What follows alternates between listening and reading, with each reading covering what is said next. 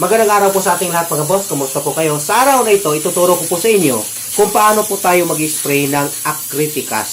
Ang gagawin po natin ngayon ay mag-textured finish po tayo. Yung makikita po natin na maliliit po na butil-butil, ayan po.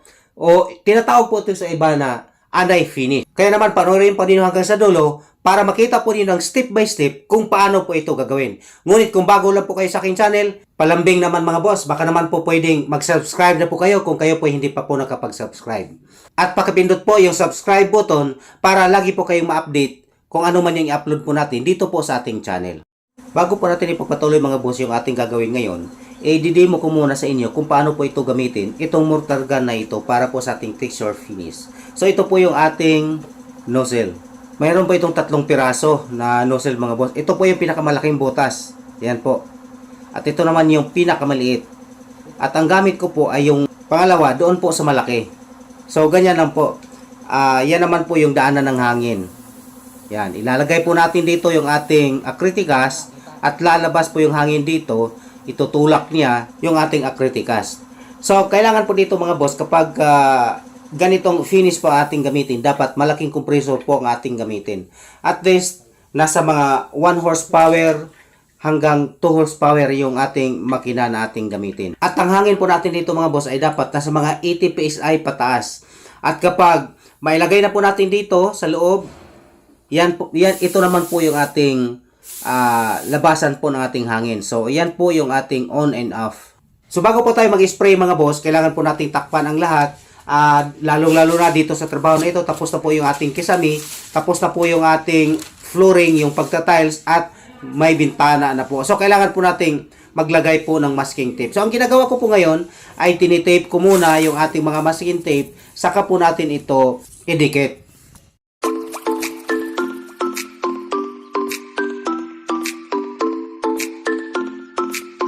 At ngayon mga boss, timplahin na po natin yung ating Acriticast, yung ating pang-spray po. So, ang Acriticast mga boss ay normally po, ginagamit po ito na pangmasilya kapag Acritex na pintura po yung ating finish. So, yan po yung pangmasilya. Pero hindi lang po pangmasilya ang gamit po dito. Pang-anay finish din po ito o pang-textured finish. So, ang gagawin na po natin, ilipat po natin sa malaking lata, saka po natin lalagyan ng ating Acritex reducer. Ayan. At dahil sa medium size po yung ating gagawin ngayon, ay hanggang 20% lang po yung ating ilagay na Acritex reducer base po sa dami ng ating Acriticast. Ayan, 20% lang po. Tapos saka po natin haluin ng gusto at i-spray. Ang tanong, paano naman po kapag malalaki po o big size po yung ating spray? Ang gagawin po natin dito mga boss, siyempre, i-reduce po natin yung ating Acritex reducer.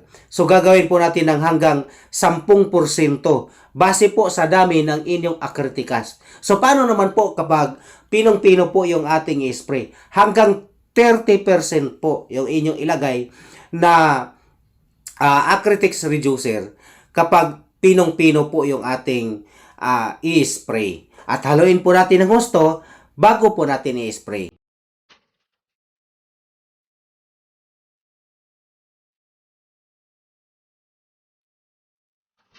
Kapag mag-spray na po tayo mga boss, lalagyan po natin ng kaunting tubig. Hindi po siya lalabas dito po sa ating mortar gun kapag hindi nyo po nilagyan ng kunting tubig.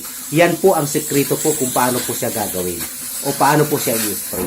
At sa ating pag-spray po nito mga boss, hindi po pwede na lapitan po natin na gaya po ng gumagamit lang po tayo ng spray gun na gravity. Ang distance po dito mga boss, at least 1 metro po para po makita po ninyo kung gaano na po kakapal yung inyong ginagawa. Ayan. Ang ginagawa ko po dito mga boss ay nilagyan ko po ng Acritex tinting color na kulay black itong ating Acriticast para po mas madali po siyang mapansin, mas madali po nating makita kung gaano na po siya kakapal. Dahil ang ating primer mga boss ay puti, tapos yung kulay po niya mga boss ay medyo may pagka off-white. So halos hindi po natin mapansin kapag i-spray na po natin ito. Kaya nilagyan ko po ng tinting color ng pang-Acritex din para po makita kung gaano po kakapal at higit sa lahat para mapansin po talaga ninyo na mayroong lumalabas po at mayroong tumatama po dyan po sa pader.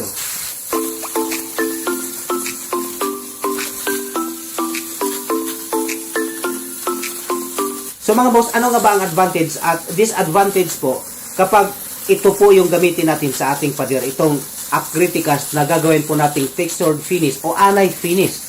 Ang advantage po dito mga boss, unang-una, nabablock po niya yung mga hairline cracks dahil matigas po ito kapag natuyo para po siyang bato. So, napipigilan po niya yung mga hairline cracks o pagbibitak ng ating pader, yung maliliit. So, napipigilan po niya. At ano naman po yung disadvantage po na nakikita ko po dito sa anay finish na ito o itong Acriticast finish na ito.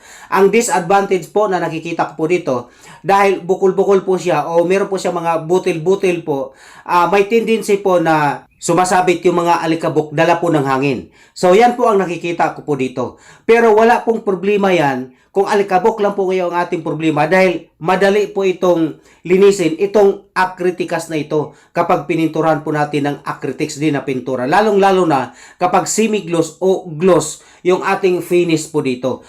Kunting walis lang po o kaya i-spray lang po ninyo ng tubig mula po sa inyong mga hose, tanggal na po agad yung alikabok. So malinis po siya. Ang malaga po na hindi po kagad nasisira yung ating pader dahil sa mga crack na yan. Dahil nga napipigilan ng Acriticast yung mga hairline cracks na ito. At siyempre, kapag pininturahan na po natin ito ng Acritex din na pintura, gloss man yan o semi-gloss, mas matibay po siya dahil hindi po siya kaagad nag-fade. So ayan na po ang resulta mga boss ng ating ibinuga na Acriticast. Ayan. So kung napansin po ninyo mga boss, maliliit po na butil-butil po ito. Nakaangat po yan na parang kasing laki po ng butil ng mais. Meron din pong maliliit. So hindi po pare-parehas dahil nasa medium size po ito. Ngayon, ang gagawin po natin dito mga boss, paabutin po natin ito ng 3 to 5 minutes bago po natin ito pisain. Yes po, pipisain po natin ito dahil masyado pong nakaangat at para po dumapa po siya ng kaunti at hindi po siya masyadong magaspang tingnan. So, ano nga ba ang gamit po nating pangpisa? Normally mga boss, ang gamit po namin nung araw ay may pangpisa po talaga ito na bakal po siya na roller. Pero dito sa ginawa ko dahil wala po tayo at mahirap po makahanap ng ganong klaseng pangpisa mga boss na bakal po talaga. Ang ginagawa ko lang po ay tinanggalan ko po ng buhok yung aking paint roller. So, bala po yan ng paint roller, tinanggalan po ng buhok, natira na lang po yung plastic. Bago po natin ipagulong ito mga boss, kailangan po natin isawsaw po sa tubig para hindi po magdikitan yung ating Acriticast. So yan po ang technique dyan. Kailangan lang pong basahin po ng tubig.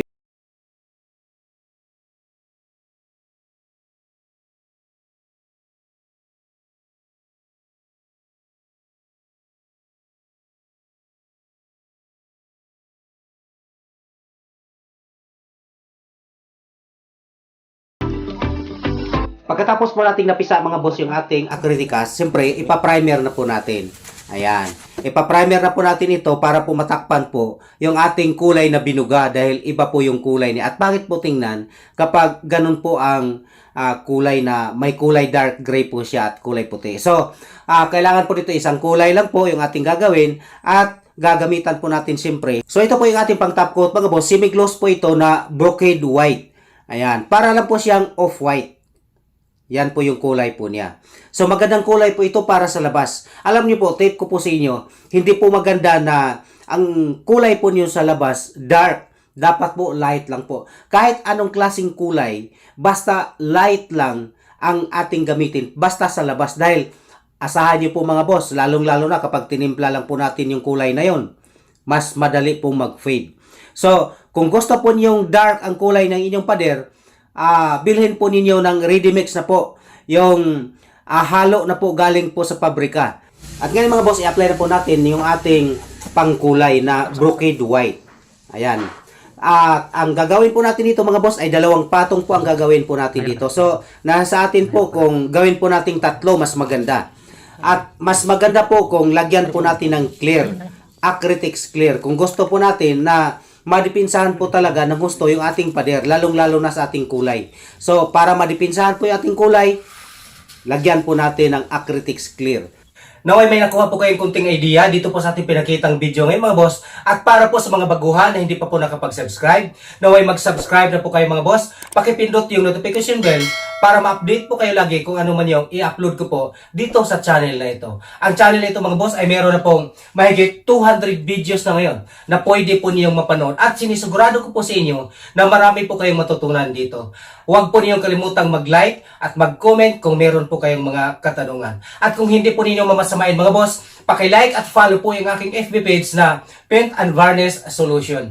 Maraming salamat po!